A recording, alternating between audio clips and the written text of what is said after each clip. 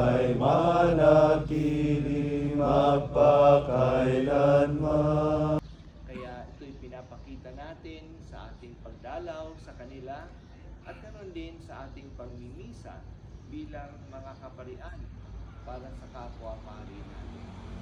At hinihingi natin sa Panginoon na kapag tayo naman ang pumunta sa Kanya, ipagdarasal din tayo ng ating kapwa-pari.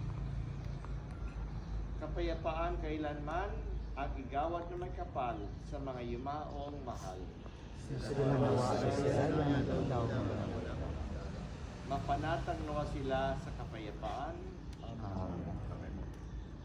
Umayo tayo at ating ipagdasal sila sa ating banal na misa.